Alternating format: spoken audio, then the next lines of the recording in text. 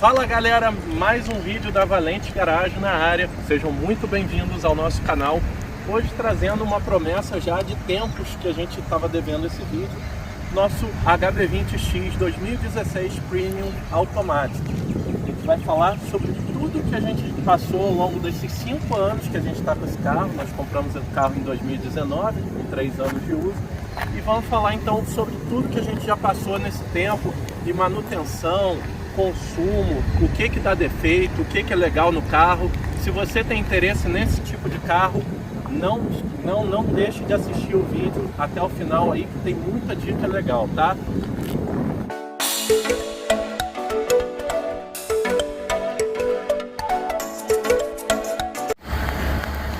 Então galera, o HB20X infelizmente saiu de linha agora na nova geração. Na verdade ele saiu até um pouquinho antes da nova geração chegar, do HB20. Infelizmente porque a gente vai falar aqui no vídeo, esse é um carrinho muito versátil para o dia a dia, para quem vive aí nos centros urbanos, cheios de buraco, quebra-molas. É um carro muito interessante realmente, um carro compacto, cabe em qualquer lugar e ao mesmo tempo tem essa robustez de ter essa suspensão elevada aí que te ajuda a passar nas dificuldades urbanas do dia a dia, né? Não à toa esse tipo de veículo fez muito sucesso lá desde o CrossFox, depois Renault Sandero Stepway e o HB20X, foram os 3 maiores representantes aí. A gente teve outras tentativas de Celta Off-Road, Fiesta Trail, que não deram muito certo, mas esses 3 realmente foram carros importantes, venderam bastante nas suas linhas, e é muito interessante realmente que eles tinham essa capacidade mais elevada, né, de passar nesses buracos nossos do dia a dia, facilitando aí a vida do motorista e evitando de raspar de fato em valetas, em quebra-molas, e por isso acabaram fazendo tanto sucesso, né? Lembrando que na época a gente não tinha essa invasão de SUVs que temos hoje em dia, né? Então eram carros versáteis, que a gente também não tinha os SUVs que hoje são bem mais altos. Todavia, o HB20X é um carro bastante alto em relação ao solo. Ele tem 206 milímetros de elevação do solo, que é maior do que o Renegade, por exemplo, que é um SUV. Então é uma altura bastante interessante mesmo, por isso dá essa sensação de robustez e de maior facilidade de passagem em obstáculos, né? Lógico, o ângulo de entrada e o ângulo de saídas não são ângulos adequados para fazer um off-road, mas é um carro que te ajuda bastante a passar em obstáculos, tá? A gente já fez algumas viagens com estradas de terra e o carro se sai muito bem. Outro motivo também dele se sair bem é isso aqui, ó. Ele tem pneu de uso misto. É um pneu Continental Cross Contact, aro 16, e é um pneu de uso misto, tá? Esse carro vinha, o Sandero Stepway também vinha com esse mesmo pneu, então é bastante legal porque ele te facilita aí a andar em estradas de terra. Ao mesmo tempo também temos essa roda 16, que é exclusiva da versão do HB20X, tá? Diamantada com pintura interna, e aqui sempre os excessos de plástico por toda a carroceria para dar essa sensação de robustez, né? Então temos plástico, para-choque, para-lama, caixa de roda, frisos laterais de plástico, aqui no para-choque frontal também. E uma característica do HB20X Premium, que tinha também a versão Style, é justamente o Premium vir com o projetor no farol, tá? E esse detalhe aqui, que agora não está dando para ver no sol, mas ele tem uma iluminação aqui, que é a luz de posição, não é um DRL, tá? Mas é bem bonita essa luz. Depois a gente vai fazer uma filmagem à noite para poder mostrar essa luz, tá? Faróis de neblina também integrados ao para-choque.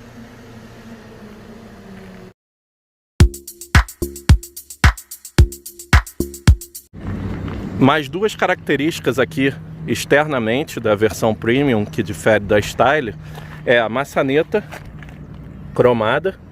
Então todas as maçanetas têm esse acabamento cromado. E outro destaque aqui é o rebatimento de retrovisores, tá? Então, chave canivete, chave simples, canivete. Ele não tem sensor de presença, não tem abertura por presença, então só com botão mesmo, mas tem esse item que é bem legal do rebatimento elétrico dos retrovisores. Outra característica da versão Premium é esse banco na tonalidade marrom, um banco de couro na tonalidade marrom. Existiu também na tonalidade preto, tá? Isso era opcional na época, as pessoas optavam pela cor. O acabamento nas portas traseiras é de plástico duro, não tem nenhum acabamento aqui, nenhuma forração, só o plástico duro mesmo. Maçaneta aqui num tom prateado. Enquanto que nas portas dianteiras a gente tem o mesmo acabamento de couro, mesma padronagem, seguindo aqui pela porta, tá? Então tá aqui o banco, ó. Banco com airbag. Interior. Manopla de câmbio, nesse caso aqui, ela veio preta, mas ela poderia vir marrom também. Foi uma opção de quem comprou pela primeira vez o carro, né? Comprou 0 km. Aqui as pedaleiras já são originais do HB20X. A única coisa que a gente instalou foi o descanso de pé, que é bem legal para você proteger o carpete, né?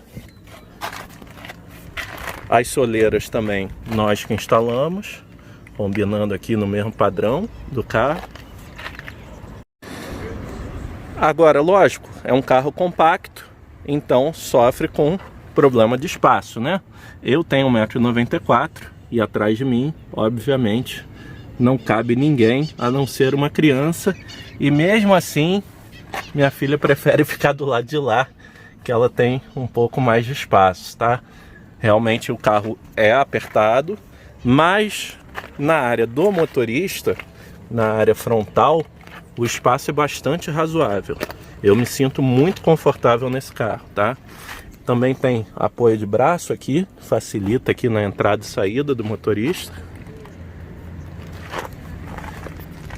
No banco traseiro, cinto de 3 pontos só para os passageiros laterais. E tem aqui esse recurso que é interessante de você prender o cinto aqui para ele não ficar batendo. Aqui no meio ainda era cinto abdominal.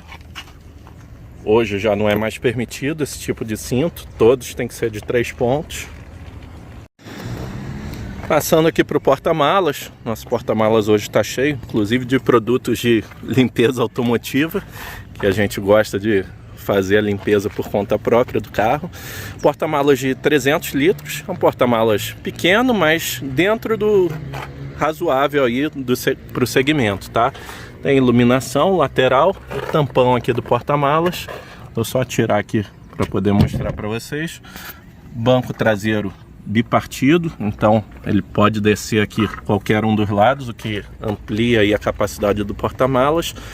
O step vai dentro do carro, que é uma vantagem em relação ao Stepway e ao Fox, ao CrossFox, que dificulta um pouco mais o furto, né, do step.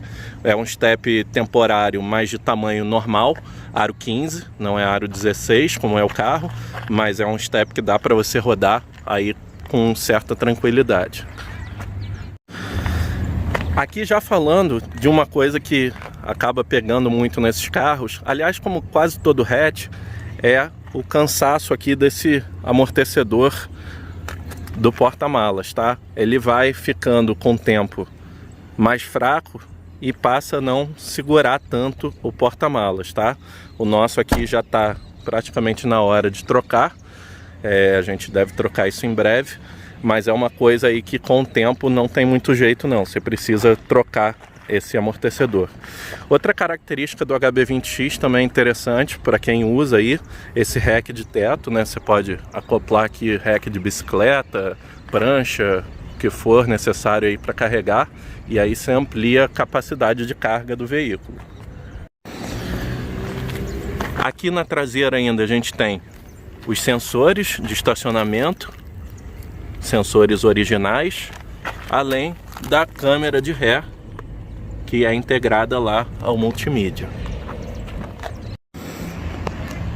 Na traseira aqui, quando o HB20X sofreu facelift, todos os HB20 sofreram facelift, aí de 2015 para 2016, a traseira mudou muito pouco. O que mudou basicamente foi justamente o olho de gato aqui, que virou redondo. Antes ele era mais horizontal. As lanternas se mantiveram as mesmas. O desenho do para-choque mudou um pouco. E basicamente o que mudou foi a frente mesmo. O farol trazendo o projetor, que a gente já falou. E o para-choque também com um novo desenho, com essa grade frontal, tá? Lembrando que até 2015 o HB20 possuía um câmbio automático de 4 marchas e passou a ter o câmbio automático de 6 marchas justamente no ano de 2016, tá? E esse câmbio automático de 6 marchas é muito melhor do que o de 4 marchas, né? É meio óbvio, né? Foi uma evolução do carro.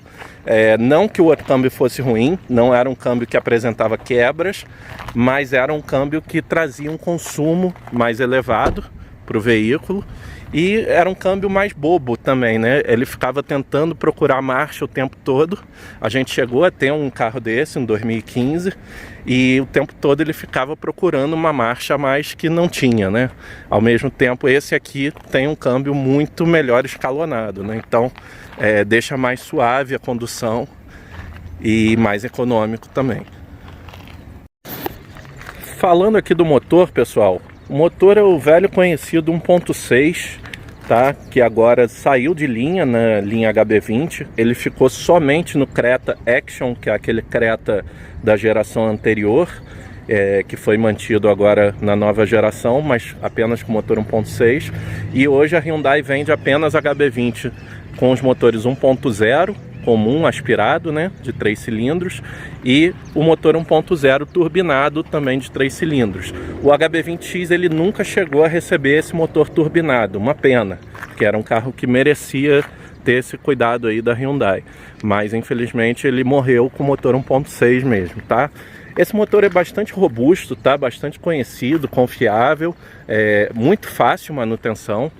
A gente nunca teve problema grave com esse motor. O único problema que a gente teve até hoje, com quase 70 mil quilômetros, é a queima de uma bobina, mais nada além disso. Não tivemos nenhum outro problema no motor, tá?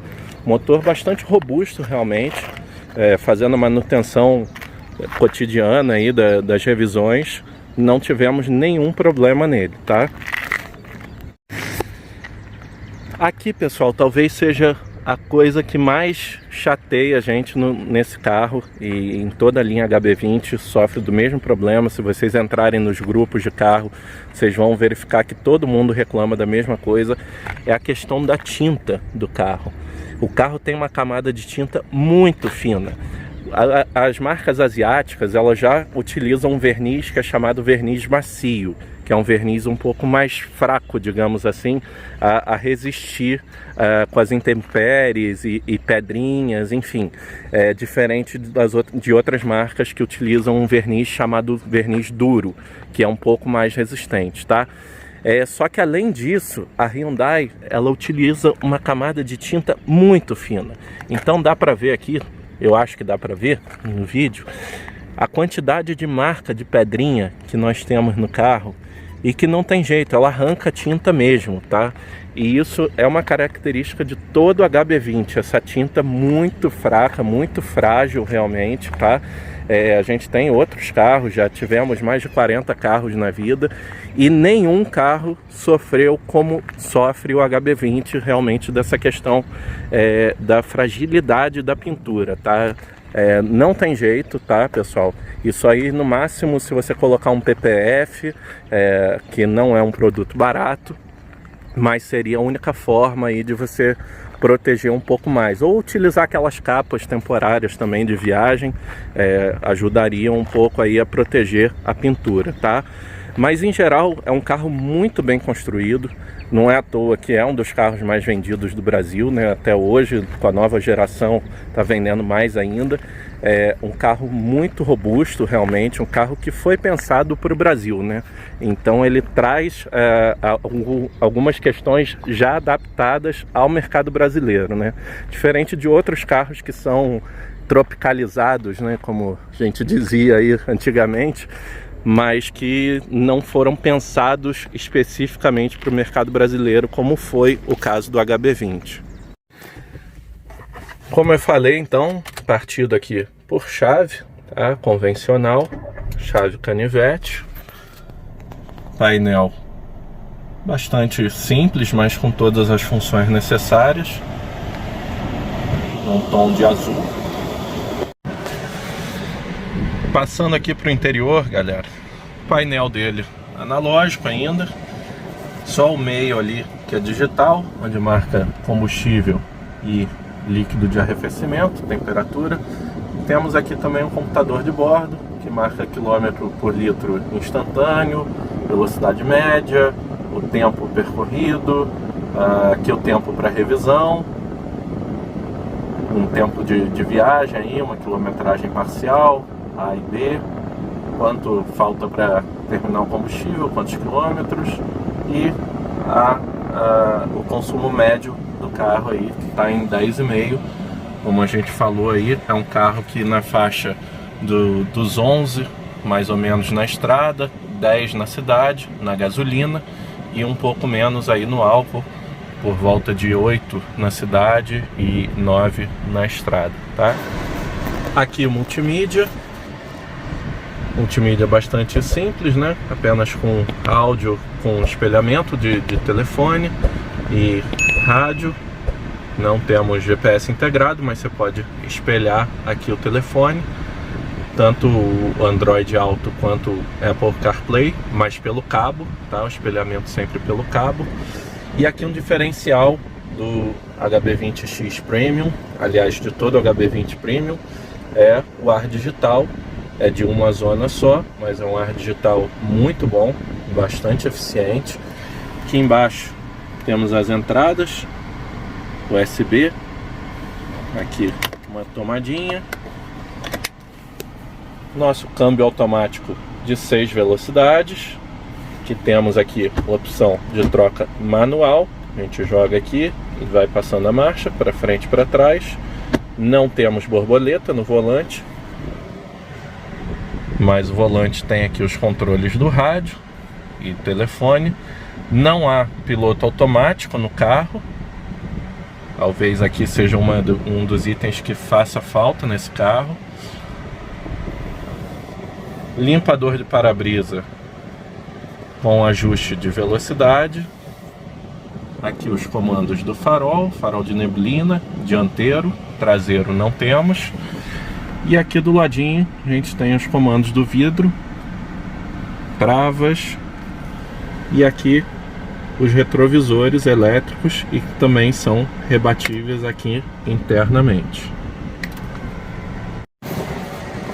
Lembrando aqui que o farol é automático, né? Ele tem sensor de luminosidade. Aqui em cima, espelhinho com iluminação. Também aqui um porta-óculos, iluminação individual, também no passageiro, só não tem a cobertura no espelho, porta-luvas. E lembrando aqui que a versão Premium era a única que trazia 4 airbags, além dos airbags frontais, trazia os airbags laterais de tórax. Era a única versão com 4 airbags.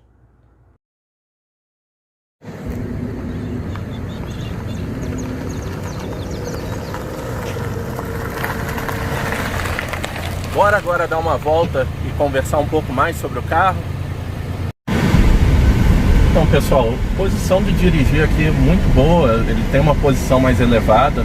Lembrando que aqui o banco do motorista tem ajuste de elevação, além do ajuste para frente, para trás aqui, né, do ajuste horizontal, a gente tem um ajuste de elevação, direção também, a gente tem um ajuste de profundidade e de altura, que é uma coisa que não era muito comum nessa época, ter esse ajuste de profundidade, então melhora muito aqui a posição de dirigir, tá? A gente está passando inclusive em quebra-molas, você percebe que o carro passa com uma facilidade absurda, são quebra-molas muito altos aqui. Aqui o meu carro, a Volvo, quem segue a gente aí no Instagram já viu, é muito baixa, ela sofre aqui pra caramba nesse lugar que a gente está fazendo o vídeo, tá? Vamos falar então um pouquinho aí sobre a questão da manutenção. Como é que foi a manutenção desse carro? Ó, passando da nova geração aqui do lado, como é que foi a manutenção desse carro ao longo desses 5 anos? A gente pegou esse carro em 2019, ele tinha pouco mais de 2 anos, ele é 2016, mas é do final de 2016, então ele tinha 2 anos e meio mais ou menos de uso. Então a gente pegou ele bastante novo, com menos de 20 mil quilômetros, hoje a gente já está com 65.400, então rodamos aí cerca de 45 a 47 mil quilômetros. Dá pra gente falar com propriedade aí sobre o carro, né? O carro é da minha esposa, que tá filmando aqui, inclusive. Eu não tô filmando, eu tô com as 2 mãos no volante aqui. E ela que usa no dia a dia, mas eu sempre tiro uma casquinha aqui também, porque é um carro que é muito bom pro dia a dia. Aquilo que a gente falou anteriormente, é um carro que você vence obstáculos urbanos do dia a dia, que outros carros acabam sofrendo um pouco mais. Ao mesmo tempo é um carro que você tem uma facilidade muito grande de colocar em qualquer local, diferente hoje de um SUV, que são carros bem maiores, são carros que você tem mais dificuldade de um estacionamento, de uma vaga na rua. Esse aqui é bem mais simples de você parar. Lembrando aqui que a gente tem direção elétrica, então facilita demais as manobras, e é uma das coisas que eu sei que ela gosta muito. A direção elétrica aqui desse carro é extremamente leve, tá? Então facilita demais as manobras. Não é eletrohidráulica, pelo contrário, ela é elétrica, 100% elétrica. É uma direção confiável, que não dá problemas, tá? Como de outros carros que é eletrohidráulica e acaba dando alguns defeitos, tá? Esse carro nunca teve nenhum tipo de problema de direção, de motor, como eu já falei anteriormente. O único problema no motor que nós tivemos foi a queima de uma bobina, que isso pode acontecer eventualmente com qualquer carro, tá? Mas fora isso, a gente nunca teve nenhum outro problema no motor. E aí a gente faz as revisões da concessionária, de fato, tá? A gente vem fazendo o plano de revisões da concessionária. E como é que são essas revisões, pessoal? São muito caras, são baratas? São revisões que na verdade estão dentro da média do segmento, tá? São revisões aí que variam entre 600 e 800 reais, né? As revisões ímpares normalmente são mais baratas e as pares são um pouco mais caras, porque troca um pouco mais de peças, né? Troca filtro de ar-condicionado, filtro do ar, motor, então acaba sendo um pouquinho mais caro, tá? Mas revisões normais, troca de óleo, filtro de óleo, nada além disso, tá? Tudo que a gente fez até hoje foi basicamente isso. Um único detalhe, que aí de fato é uma coisa que é característica dos HB20s, e se você tem interesse em comprar um HB20, é uma coisa que você tem que ficar de olho, é a questão dos amortecedores, tá? Os amortecedores do HB20, eles sofrem um pouco, é alguma característica de projeto, até segundo mecânicos da própria Hyundai, tá? Os amortecedores traseiros do carro, eles sofrem um pouco de desgaste prematuro, tá? Conosco, nós tivemos que trocar o amortecedor traseiro direito já 3 vezes. O carro tem 65 mil quilômetros, trocamos pela 3ª vez agora, tem menos de 500 quilômetros, a gente trocou o amortecedor traseiro direito, e aí dessa vez teve que trocar o esquerdo também, tá? Mas é a única coisa assim que de fato é uma coisa que você precisa olhar com carinho no carro, tá? E nada que seja do outro mundo, tá? O amortecedor desse carro custa na faixa aí de uns 400 reais, Na concessionária, quando a gente trocou das outras vezes, foi na faixa de 600 e pouco, R$700 mais ou menos. Agora a gente trocou numa oficina especializada, então foi um pouco mais barato, tá? Então não é nada do outro mundo também, mas é uma coisa que vale a pena você checar na hora de fazer a compra de um veículo desse, tá? Olhar se tem algum vazamento, se tem algum coxinho estourado, alguma coisa assim. Ó, vamos passar no quebra-molas agora. A facilidade que o carro passa, dá para sentir que é um quebra-molas muito alto realmente, e a gente consegue passar até com um pouco mais de velocidade devido àquela altura do carro que eu falei, né?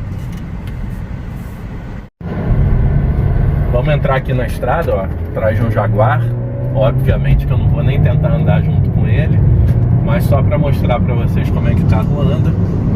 Lembrando que aqui a gente tem uma pequena diferença do etanol para gasolina. Então no etanol ele tem 128 cavalos e na gasolina 122 cavalos, tá? Uma diferença pequenininha aí. A gente nem usa etanol porque aqui no Rio de Janeiro o etanol é muito caro, tá? R$5 aqui na cidade que a gente mora, enquanto a gasolina tá R$5,80, então nem vale a pena usar o etanol, tá?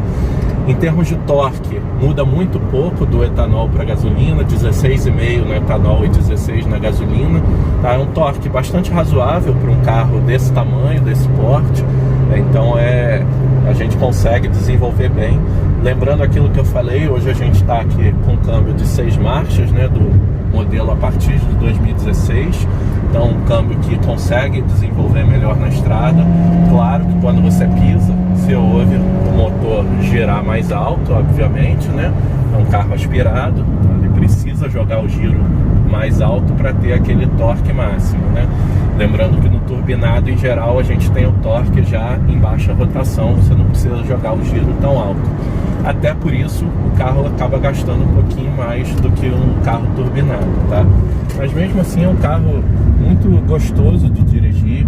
Não é um carro veloz, obviamente, ele tá aí na faixa de 11 segundos de 0 a 100, mas é um carro bom pro dia a dia, tá? E isso eu digo de todas as versões do HB20, tá? Desde das versões 1.0 mais peladas, digamos assim, né? Com menos equipamentos, até as versões mais completas. É um carro que foi estruturado para o Brasil, então é um carro que atende bem no dia a dia, tá? Sendo que a gente optou pelo HB20X justamente pelo que eu falei anteriormente aí, essa questão da elevação em relação ao solo, tá? A gente mora numa cidade do interior do Rio, então convive um pouco mais com quebra-molas, buracos e até estradas de terra. Então é um carro que atendeu muito a gente, tá? É um carro que a gente opta por fazer viagem com ele, inclusive, porque a gente sabe que vai conseguir vencer os obstáculos com maior facilidade do que os nossos outros carros que são mais baixos. Uma coisa que volta e meia o pessoal me pergunta é sobre barulho interno dos carros, tá? Esse carro aqui especificamente a gente quase não tem barulho interno, apesar de ser um carro já com 65 mil quilômetros e aí 7 anos nas costas, né? 7 anos, né? 7 anos nas costas. Não foi tão bem cuidado pelo dono anterior, mas por nós tem sido muito bem cuidado. Apesar disso tudo, é um carro que não apresenta barulhos internos significativos. A gente tem um barulhinho aqui na direção, no volante aqui, que é uma folguinha aqui do plástico, que é uma coisa que eu mesmo vou resolver em breve. Mas assim, fora isso, a gente tem pequenos barulhos assim do tipo o cinto que fica batendo, coisas muito simples de resolver. A tampa da mala, às vezes, que você tem que dar um ajuste ali na borrachinha. Mas fora isso, é um carro bastante silencioso até. Nós já tivemos carros mais novos que tinham mais barulho interno do que esse carro, tá? Então talvez o acabamento dele seja muito bem encaixado e não gere tanto barulho interno como gera em alguns outros veículos, tá? Então, repetindo, pessoal, assim, é um carro que vale a compra de fato. Vale a pena você olhar o histórico de manutenção, sem dúvida, tá? Foi uma das coisas que a gente olhou antes de comprar esse carro. A gente olhou se tinha as revisões na concessionária. Não que revisão na concessionária vá te dar a garantia de alguma coisa, mas já é um primeiro passo para você saber que pelo menos o dono teve esse cuidado de levar na concessionária para fazer lá a troca de óleo periódica, a troca dos filtros. Então, assim, são coisas que vale a pena você checar. A questão dos amortecedores também. Então vale a pena checar todos esses itens, tá? Como que tá a pintura do carro. Pode ser que o carro já tenha repinturas, justamente pelo que eu falei, a pintura desse carro é muito frágil, então qualquer coisinha pode danificar a pintura dele. Então não se assuste se for um carro que já tenha repintura, mas verifique, lógico, se tem algum dano estrutural, né? Se tem alguma porta que já foi trocada, ou alguma lateral que já foi cortada, tire as borrachas do lugar para olhar, faça um laudo cautelar, tá? Não que o laudo cautelar também vai te garantir muita coisa, que hoje o laudo cautelar tem empresas e empresas, então depende muito de quem vai fazer, tá? Mas tome certos cuidados, tá? Eu acho que você vendo como o dono cuidou do carro já é um caminho andado, tá? A gente viu aqui que o dono, na verdade, não cuidava da parte estética do carro, mas a parte mecânica estava muito boa. Então, por isso, a gente acabou comprando o carro, tá? A parte estética que eu digo era limpeza do carro, cuidado mais com a pintura, de polimento, mas isso, como a gente gosta de fazer, pra gente não tem problema nenhum. Então, o que pega mesmo é a questão mecânica do carro, e a mecânica estando boa, o resto a gente vai fazendo aí aos pouquinhos, tá? As rodas estavam raladas, a gente refez as rodas, mas fora isso, um carro muito bom, realmente. O carro estava muito novo, era muito novo, né? A gente comprou com menos de 20 mil quilômetros, um carro com 2 anos e meio, então era um carro muito novo, tá? Procure, se você está querendo nesse segmento, tá, de HB20 e o HB20X, que eu acho uma excelente compra. Repetindo, gente, é um carro que é muito bom para o dia a dia, um carro alto que você não vai ter problema em quebra-molas, em valeta, em subir calçada. É um carro que vai te atender, tá? Óbvio, pensa aí no CrossFox também, no Sandero Stepway, mas eu acho que são carros que ficaram um pouco mais para trás do que o HB20X Premium, tá? A partir de 2016, tá? O HB20X Premium, ele trouxe mais equipamentos, ele trouxe um ar mais premium mesmo, né? Como diz o próprio nome da versão, para o HB20, tá? Então ficou mais interessante do que os concorrentes dele, tanto o Stepway, que foi meio abandonado, infelizmente, pela Renault, e quanto o CrossFox, que teve versões interessantes, inclusive com teto solar, mas é um carro um pouco mais duro, com um plástico um pouco mais duro também, um plástico mais simples, né, de acabamento. Então, assim, eu acho no segmento de aventureiro urbano, o HB20X o mais indicado, tá? O câmbio automático de 6 marchas, é um carro extremamente confortável. Então, se você está buscando um carro desse, vai fundo, pesquisa e vai fundo, tá? A tabela FIP dele hoje está na faixa de 65 mil. É comum você encontrar carros até acima da tabela FIP, tá? Porque é um carro que saiu de linha, mas é um carro ainda muito buscado pelo mercado. Então é comum encontrar acima da tabela FIP, mas é um carro que vale a pena, tá? Seguro desse carro não é nada astronômico, tá? No Rio de Janeiro a gente já teve uma época em que a HB20 o seguro era muito alto. Hoje não tem nada de absurdo, tá? O nosso seguro tá dentro da faixa normal aí. A gente está pagando na faixa de R$ 1.800, com bônus nível 4 ou 5, se eu não me engano.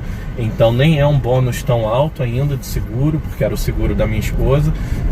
Então, assim, não é um seguro astronômico, não precisa se assustar com isso. Lógico, consulta isso antes de comprar, mas é um carro que hoje tem um seguro muito normal dentro do seu segmento, tá?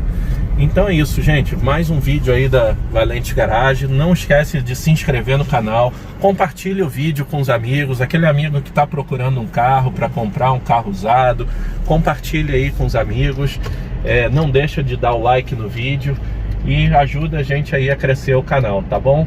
Um abraço!